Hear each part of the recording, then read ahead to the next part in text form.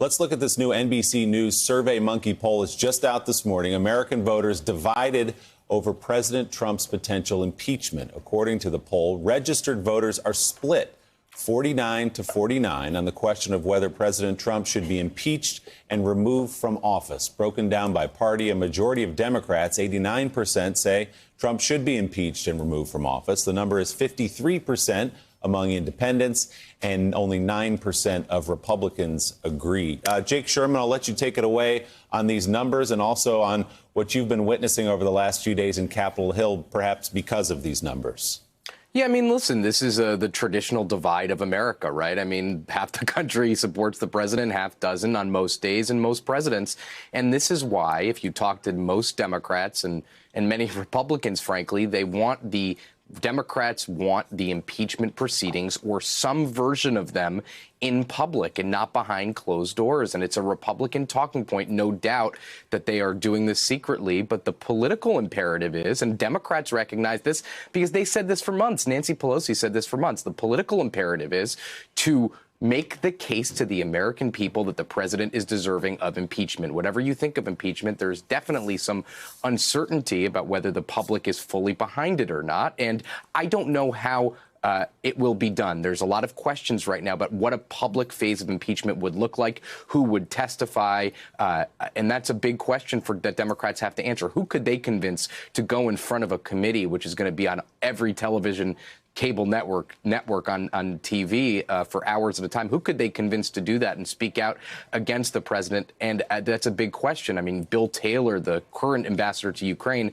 would be somebody that Democrats would seek. Perhaps John Bolton, who the committees are now talking to about private deposition. That would be a powerful moment.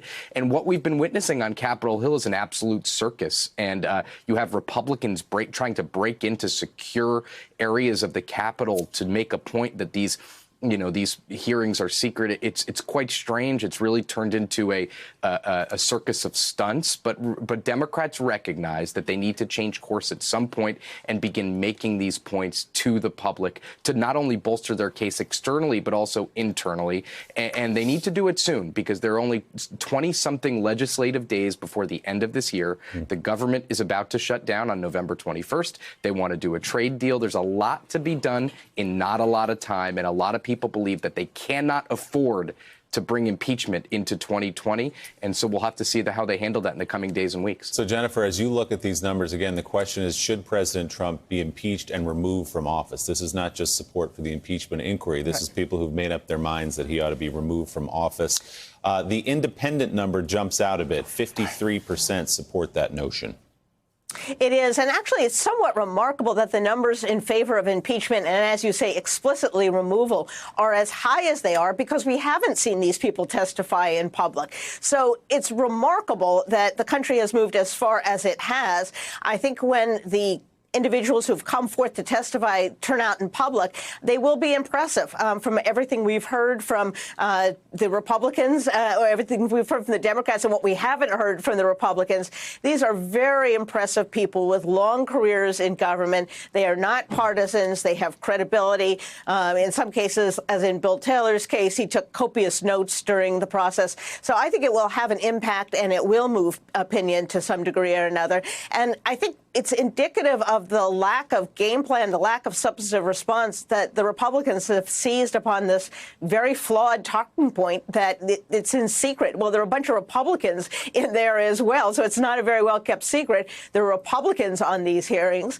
And moreover, as we've said, this is sort of the grand jury phase of things. And when they're done with that, you're going to see it out in public, and you're going to see a public trial in the Senate, which Mitch McConnell has indicated would take weeks. So, Jake, you've seen it up close this week, the efforts by Republicans. You had senators who, obviously, Lindsey Graham yesterday introducing this resolution, and then the pizza riot a couple of days ago.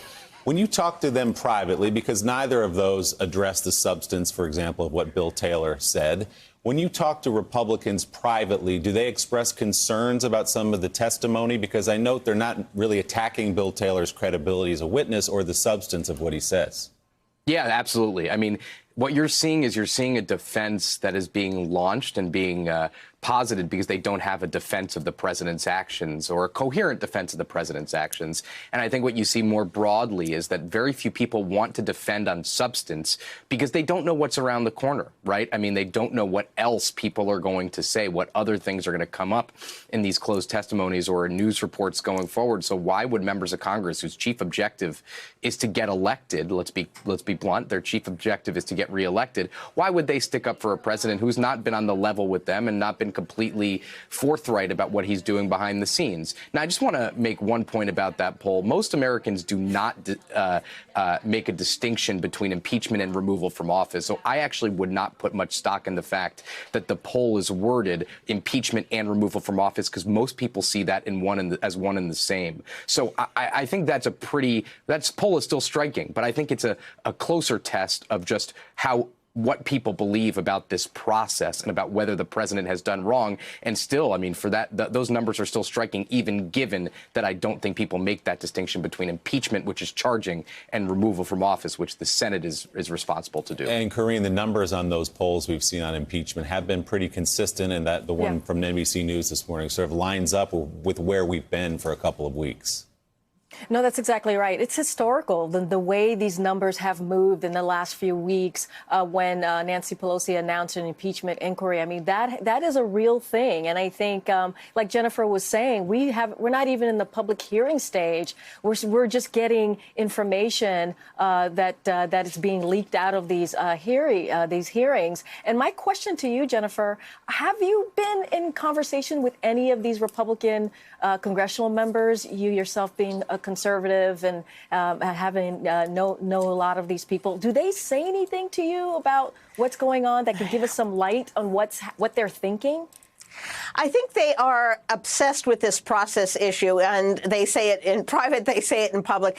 In particular, because they do not know what to say. We've seen a couple Republicans who have spoken out, like Mitt Romney, and frankly, John Thune at one point expressed concern. He's in the leadership in the Senate. And they really are, I think, quite bothered by the substance that has come out. They don't know what to say. They cannot really, in all good conscience, go before the American people and say it's okay to extort an ally to get help getting reelected. Even for them, that may be a bridge too far. So I think they're grasping at straws. But as Jake said, this has a very short timeline on this kind of antic, because when they come public, we're going to see it all. So it will be very interesting. And I do begin to wonder whether there's going to be a little bit more support for impeachment from the Republicans in the Senate. I don't think you're going to get to 20, but I wouldn't be surprised if you see, after everything has come out and public opinion moves further, if you have a handful or more of defections from the Republican side. Not seeing much of that right now, but maybe that will change. Jennifer Rubin, Jake Sherman, thank you both. We appreciate it. Still ahead on Morning Joe, two former U.S. attorneys join our conversation with their take on what a potential indictment of Rudy Giuliani might look like. Thanks for checking out MSNBC on YouTube, and make sure you subscribe to stay up to date on the day's biggest stories. And you can click on any of the videos around us to watch more from Morning Joe and MSNBC. Thanks so much for watching.